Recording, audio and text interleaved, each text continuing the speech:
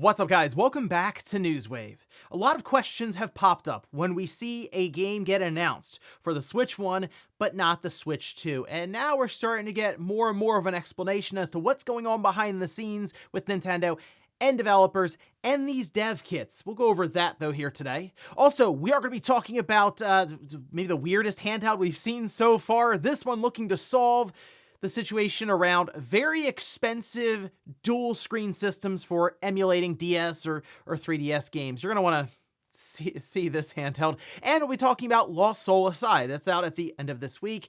Well, now there's some concerns around the state that it's going to show up in after copies leaked out early and showed that, well, the version on that disc, yeah, it's probably not it. All that and more. Guys, if you enjoy these videos, make sure you hit that like button. Helps out a ton. And if you're new here to the Spawnwave channel, make sure you subscribe down below. And of course, members for the channel do get Newswave early. If you would like to learn more about that, click the join button or the link in the description down below.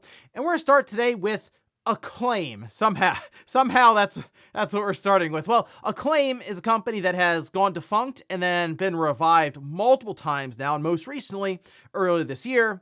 Well, now they're setting up a showcase. This we can see is posted. It's a trailer over on YouTube. They say on September 10th, Acclaim will reveal new surprises, exclusive content, and announcements you won't want to miss. This is your first glimpse of what's ahead. Now, they do mention that for decades, Acclaim has been part of the gaming history, and they're bringing the energy back with fresh ideas, bold creativity, and unforgettable experiences.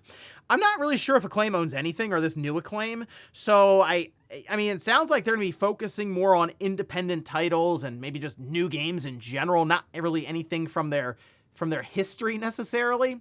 So who knows? I mean, I have no idea even what to throw out there for predictions, so I guess we'll find out here September 10th what this new Acclaim has in store. Also, we have some good news for Lumines Arise fans because, well, we have a release date. You can see it over on PlayStation Blog. It is coming out November 11th. Pre-orders are starting today, and it also includes a 10% discount for PlayStation Plus subscribers. But to go a little beyond that, there is a demo that's out right now. Okay, so very important to note. They say you can play the limited time Lumines Arise demo on PlayStation 5 now through September 3rd to try out 3 single-player stages and help them network test the all-new multiplayer burst battle mode.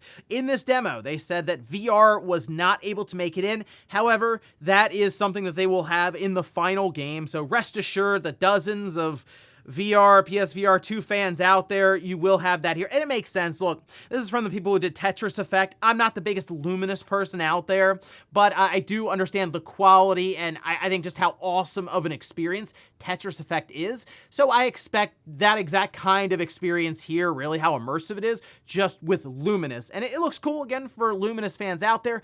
Go check out the demo. It's available now, especially before it goes away September 3rd. Oh, and here's a strange piece of news that I saw pop up. This is over on Gematsu, saying Atari has acquired all intellectual property rights to a couple of Ubisoft titles. Let's go down the list here. Cold Fear, I Am Alive, Child of Eden, Grow Home, and Grow Up. I saw Cold Fear and then realized, all right, so in the first 3 stories of today, we're going to be talking about Cold Fear and Acclaim having a showcase. Like, what year is this? I mean, just immediately I thought of Cold Fear and then thought back. It's like this third person kind of action survival. It almost felt a little bit like Resident Evil back then, sort of.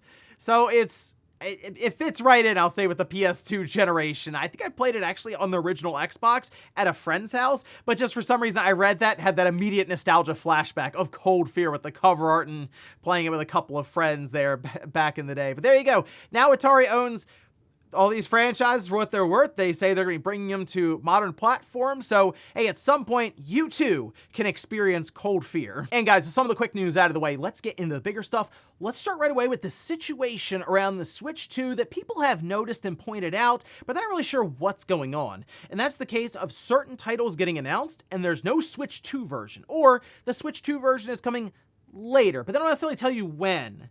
Or you're forced to play it through backwards compatibility because that's kind of the way it is. And the game isn't great because it's not set up to utilize the Switch 2. So the 1080p screen versus it kicking out a 600 to 720p image, because again, it's designed for the Switch 1, or when docked, won't be 4K, it'll be 1080p, which is the roof for the Switch 1. and sometimes even just capped at 30 FPS because that's just what they have to do for the Switch 1. Well, we're starting to get more and more insight into this, and I will say, a couple months ago, Nate and MVG did talk about this on their own podcast, and now we have more and more backing here for the fact that Nintendo apparently is being kind of dragging their feet a bit with distributing dev kits to many studios. Apparently some you would expect have already had them before the system came out. Now, in this case, this is coming from Digital Foundry. We can see this transcribed over on VGC, and I also have a link down below to their DF Direct weekly podcast where they discuss this, and that's with John Linneman and Oliver McKenzie, who are discussing really their own back and forth and what they had going on at Gamescom, talking with some of these different studios, saying, quote, "There's been a lot of talk about this lately that Nintendo seems to be almost discouraging Switch 2 development to some degree. I've spoken with plenty of developers where they were told that their game, they should just ship it on Switch 1 and rely on backwards compatibility. There's a lot of developers that are unable to get Switch 2 dev kits. We talked to a lot of devs at Gamescom this year, and so many of them said the same things. They want to ship on Switch 2. They would love to do Switch 2 versions. They can't get the hardware. It's really difficult right now." And I think back to the Switch 1, and I remember Nintendo did a lot to try to make that dev kit just easily accessible. The biggest part, the hurdle to clear usually, is how much a dev kit costs. And back then, the Switch 1 dev kit were hundreds of dollars, not thousands of dollars. It just seemed like they were much more open to just about all these different developers. And now, while the Switch 1, you can develop for it and it's backwards compatible, it seems strange for them to say, hey, you're cool, just work on the Switch 1, because then you are stuck in that box of the Switch 1 specifications, specifically the screen resolution and the frame rate at times, okay? I mean, the fact that you can't use DLSS and a few other things that you may want to take advantage of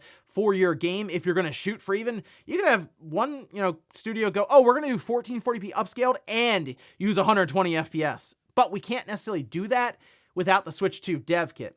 And that's kind of where this all comes into play, is Nintendo, you figure, would have to really get on the ball here and start getting some of these dev kits out, or you will continue to get a lot of these third-party studios, especially even I'd say smaller independent studios that you would like to see Switch 2 versions from, have to just take longer to get it out there, maybe by year 2 or year 3. Now, some of the discussion here seems to come back to if you're a studio that is willing to utilize some of the Switch 2 features completely, then you're more likely to get a dev kit, because some were wondering about that campfire game. Well, I mean, if you look at it, they use the camera function, and Nintendo seems all about this camera, although now it also kind of feels like they've sort of forgotten about that camera a bit. I haven't really heard anyone talk much about the camera for the Switch 2 since maybe the first week or so, or with Mario Party Jamboree, but that came and went from what I've seen. So I guess if you're a studio who is like, how can we make the camera function work in our game? And Nintendo might just fly you the Switch 2 dev kit at that point. They might hand deliver it to you. But that, I guess, is kind of where we are now, in limbo of, okay, well, hopefully these studios can start getting dev kits, because I would like to see the Switch 2 logo show up much more often than it does now, not only with these different third-party games, like big third-party games, but also many of these independent games that probably could utilize 120 FPS and like just outright true native 4K. Next up, let's talk about a release date that I was worried it was going to be like now. Instead, though, I have a few weeks, because there are a lot of games trying to get through here, and this is for Skate in the early access period, which has been announced. We have that release date. This was shown to us in a new trailer here, and it is happening September 16th. Keep in mind, this is early access, so it's not the quote-unquote official release date, although I'm sure they will officially have microtransactions and stuff available. But it is coming to PlayStation 4, PlayStation 5, Xbox One, Xbox Series, PC, and they have plans to get it onto mobile eventually. I figure at some point in the future, they'll try to get it on Switch and Switch 2. Interesting that they are going to PS4 and Xbox One now for a live service game that I figure is going to be supported for hopefully a while. I say hopefully because I would like to see Skate become relevant again. I have questions if this is going to be the avenue for it, though. Now, it does have full crossplay, full cross progression, so that's nice. You can jump between, I guess, eventually your phone or your PC, then to your Xbox, then to your PlayStation. So, I mean, that's at least convenient. Still has the Flick It control system, which they say they have worked to innovate and make better as they've gone along. And I will say, some people out there who have given their impressions despite being under NDA have said that yes, this controls like a skate game and like you would hope it to be if there was, say, just outright a Skate 4. And they also showed people running around, getting off their board. They're climbing, they're running, they're jumping, swinging all over the place. So it does seem like there is much more freedom of movement than we have in previous skate games. And it's completely open world. It's full persistent multiplayer environments, but keep in mind, no offline mode. So yeah, this is completely reliant on servers existing, which means if this doesn't work out, it goes away. Anyway, the game is completely free to play. Microtransactions are there, but they say they revolve around cosmetics and nothing for gameplay advantages, and I put in quotations for now, so we'll see as this goes along how they really want to push the envelope there with microtransactions. But hey, it's free to play. I'll download it and give it a shot. Am I a bit turned off on the fact that it's not something you can play offline with a big emphasis on just a single player campaign and maybe a whole story that they could have built on there? Yes. Do I see how this could have potential with the mainstream being this free-to-play, fully persistent, online multiplayer game with you can have fun with your friends online, just skating around? Yeah, I also see that too. So I'll give it a shot September 16th, then we'll see how it does. Next up, let's talk about one of the strangest handhelds I think I've ever seen. And that's saying something because we've seen some weird ones around here, but take a look at this handheld. Now, this is pointed out by Time Extension, and so, okay, this is from Magic X, and I have one of their handhelds that I was going to be doing a video on because it's weird. And you know what? If nothing else, I like checking them out when I have a chance because it does draw a lot of interest because it's just so weird looking, sure. But here, this is the Retro DS, and it's a successor to Magic X's 040, which is the handheld I was going to be checking out. And the device, as you can see, it has two screens. Now, that 040 has a single screen and they split it in half, and it's sort of in this portrait view, so you can have then two screens stacked on top of each other, like virtually there through software, and then you can, say, emulate a DS. That's very clever. But we know that the 3DS, the screens are different sizes, the top and bottom, and if you, say, just do one large screen, you know, it's take up more real estate in general on the device. Here, though, they've decided to go with two different size screens, again, very similar to the 3DS. The Retro DS top screen is a 4.1-inch 1280 by 720, and then the bottom screen is a 3.4-inch 960 by 720. Now, to accommodate this, they've gone with a very weird shape. They have two speakers at the bottom. They have your typical face buttons on the right and left with the D-pad, and then two what look like circle pads, sort of sticks. All that's fine. It's just, it just seems like there's just too much space all around the screens, I guess. The bottom one in particular is the weird part because it's very clear they didn't know what to put there, and they just decided to put speakers. Whatever, they put like the blue ring around it. That is kind of the thing that's throwing me off. It looks super strange. Like the edges are kind of jutting out or the bottom's jutting out, and it just looks like a very long system from top to bottom for like no reason. But I mean, if it's functional, I guess it would be fine. The thing is, though, I'm looking at that and trying to picture how comfortable it would be to use. So I guess this might be the answer to the very expensive dual screen setups we've been seeing. I like Neo and all these ones, they've all been trying them, and it's fun until you get to the price, and it's like, it's more than $1,000. Like, oh, it was fun while it lasted there. And I think the cheapest I've seen that was decent for a dual screen was $400 early bird special, and it goes up over $500.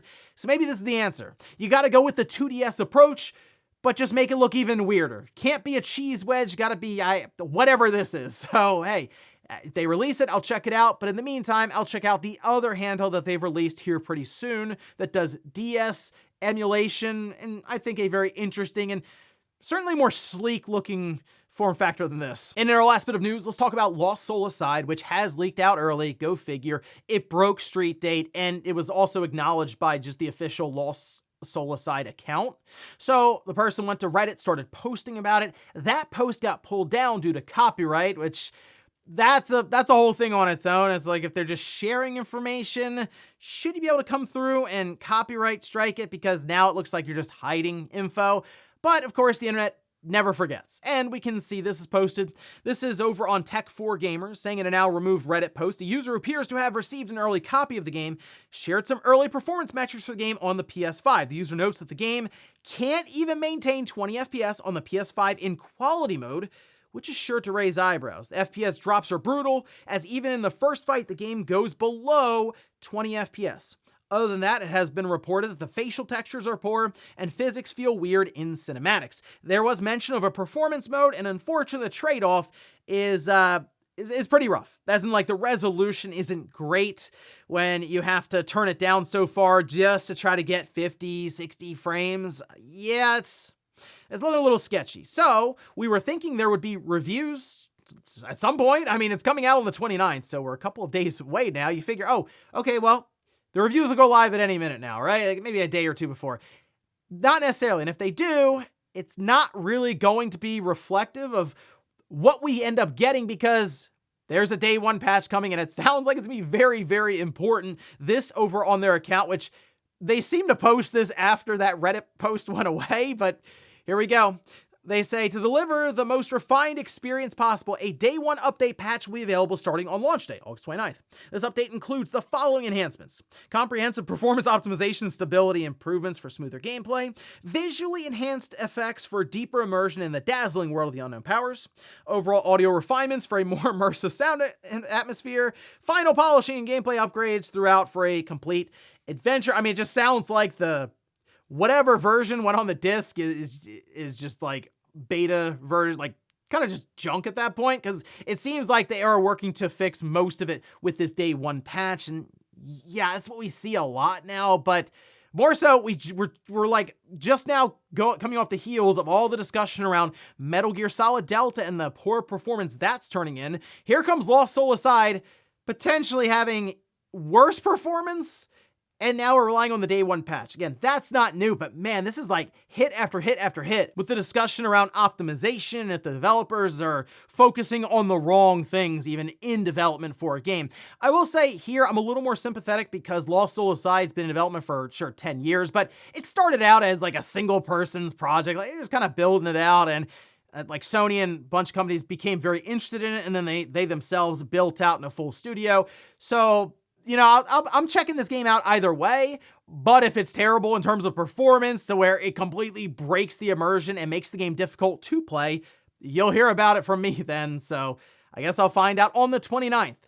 With the day one patch installed, we'll see how this one goes. Also, I assume there's just no reviews, because you need the day one patch for it. So whatever version, if anyone got review codes for it, they've been playing, you can just kind of throw it out the window, because again, it's not going to reflect what people will be playing, since let's just say 70% of people buy it digitally, they'll never even know what was on that disc. They will just get the day one update patch already applied, and that's the version they'll be playing, which then once again brings into question about reviews in general, especially as we have to rely on these day one patches more and more. And before we go to the comment of the day, we'll take a look at the poll that I posted up yesterday, where I asked, how long would you like to see the PS5 generation go before the PS6 releases?